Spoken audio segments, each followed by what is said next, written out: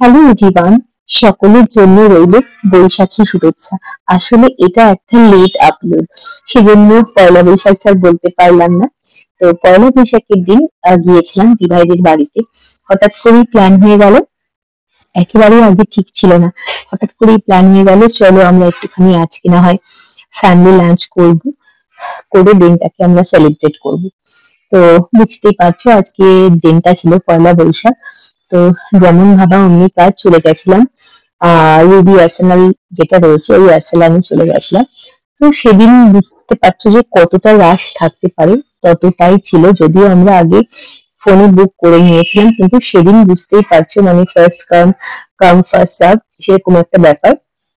তো আমরা পৌঁছেও গেছিলাম, তারপরে প্রচুর প্রচুর টাইম আমরা ওয়েট করেছিলাম, বেশ কিছুক্ষণ দাঁড়িয়েছিলাম, তারপরে একটু বাইরে ওয়েটিং জোনে বসার জায়গাও পেয়েছিলাম। তো আমরা দাঁড়িয়ে দাঁড়িয়ে গল্প করছিলাম, তারপরে যখন বসতে পেরেছি বসে বসেই গল্প করছিলাম। চারপাশটা খুব সুন্দর লাগছিল, খুব ব্রাইট সানি একটা ডে ছিল। তো তারপরে আমরা ওখানে দাঁড়িয়ে দাঁড়িয়ে কিছু কিছু ফটোস ক্লিক করছিলাম, নিজেদের মধ্যে গল্প আড্ডা করছিলাম। আমরা তো ভেজ, সোনু আর দাভাই ওরা ননভেজ খাবে।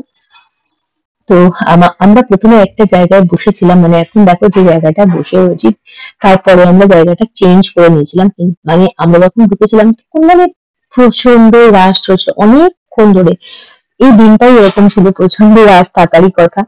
তো যাই হোক, তারপরে আমরা জায়গাটা চেঞ্জ করে চলে এসেছিলাম একটা অন্যদিকে, সোফার সাইডে। সেই জায়গাটা খুব সুন্দর ছিল। আমরা তারপরে দেখো এখানটায় চলে এসেছিলাম, একটা রাউন্ড মতো টেবিল ছিল, খুব আরাম করে রিল্যাক্সে বসে আমরা খেয়েছিলাম। অর্ডার করার পর অর্ডারটা আমাদের পেতেও বেশ কিছুটা টাইম লেগেছিল। তারপরে আমরা ফ্রেশ দেখো এখানে স্যালাড নিয়েছিলাম, তারপরে আমরা তো ভেজ বিরিয়ানি নিয়েছিলাম, তার সঙ্গে আরো অনেক অনেক আইটেম ছিল, আমার অত খেয়াল নেই নামগুলো। যাই হোক, তো এরকম ভাবেই আমরা করছিলাম, একসাথে বসে আমরা ফটোজও ক্লিক করছিলাম, অনেক হাসি আড্ডা করছিলাম। আসলে এই ব্যস্ত জীবনের মাঝে আমাদের যে নিজেদের মধ্যে একটা সময় কাটানো বা পরিবারকেও একটা সময় দিলে, সবারই অ্যাকচুয়ালি পরিবারের প্রত্যেক সদস্যদেরই ভালো লাগে, সেটা আমরা ভুলেই গেছি।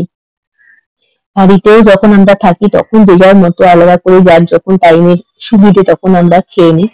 তো কোনো একটা বিশেষ দিনে যদি পরিবারের সবাই মিলে একসঙ্গে খাওয়া যায়, আর সেটা যদি বাইরে গিয়ে একটু স্পেশাল ভাবে সেলিব্রেট করা যায়, তাহলে তো কোনো কথাই নেই। এই দিনটা আমাদের খুব খুব ভালো কেটেছিল। মানে হঠাৎ করেই প্ল্যান হয়ে গেল, হঠাৎ করেই চলে গেলাম, খুব মজা করেছিলাম। আমাদের প্রত্যেকের প্রচন্ড খিদেও পেয়ে গেছিল এতক্ষণ ওয়েট করে, বুঝতেই পারছো। মানে বেশ অনেকটা বেলা হয়ে গেছিল এই পর্যন্ত।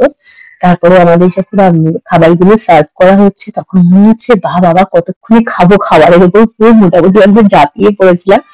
এখানে আবার কিছু লাচ্ছা পরোটা ছিল, লাস্টে আমরা নিয়েছিলাম চিনি। এভাবেই দিনটা এনজয় করেছিলাম। ভালো লাগলে লাইক, শেয়ার, সাবস্ক্রাইব করে দিও।